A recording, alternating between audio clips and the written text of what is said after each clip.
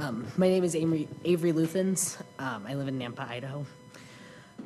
Thank you, Chairman and Committee, for allowing us this opportunity to come and discuss these issues.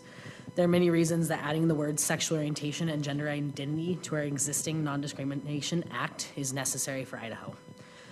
Currently, there are no protections for people like me in this state. I am a stay-at-home dad of 4 girls and a returning student. I have lived in Idaho for several years. My family loves this state. I am also a transgender male.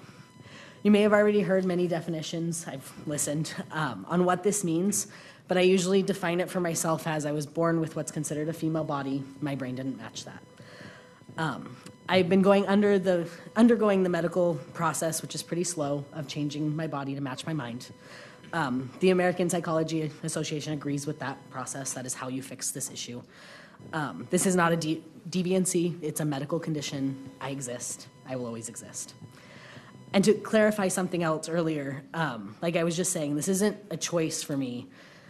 This was a choice between me living my life as a man who I was or not living at all. So with that, I'll go into, despite the fact that I am a father and a student, I am unsafe. When I went to write this statement, I struggled to find a time to specifically talk about poor treatment, since I had been very lucky living here. I did, however, remember all the things that I do not do. I don't use public restrooms, I cannot change in a locker room, and I rarely go out with friends. I am also no longer welcome at my church because of who I am. These public spaces that belong to all Idahoans are not safe for me. Just last Saturday, I went out to get a beer in Meridian with my girlfriend and 2 other couples who we hang out with frequently. We broke tradition, and instead of driving to the gay bar out in Boise, we chose to stay close to home.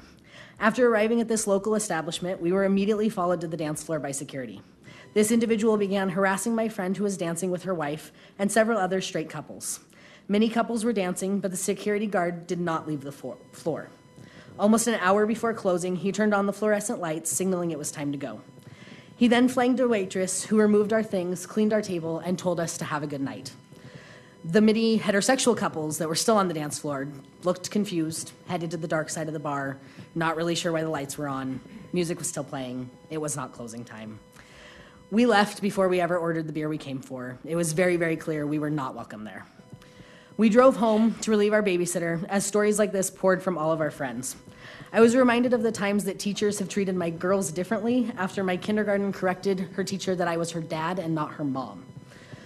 Or every time I show my ID to an officer and he becomes annoyed or aggressive instead of helpful, sensitive, when he sees that I have an M on my license plate and not an F. Or the time that my girlfriend feared she may lose her job as a nurse because her coworker found out she was dating me. Changing the Non-Discrimination Act would not make Idaho perfect, but it would start a culture in Idaho that says it is wrong to treat hardworking Idahoans poorly because of their perceived sexual orientation or gendered identity. I do not believe Idahoans are evil or nasty people. This would simply protect us for when harm is done, and I stand here saying today that harm is being done. It is a time to take a stand and say that our gay and transgender family is important, and people like me and my friends deserve to be treated fairly. We just want to be treated like everyone else. Please include us in this Non-Discrimination Act. Thank you. Are there questions? Being none, thank you.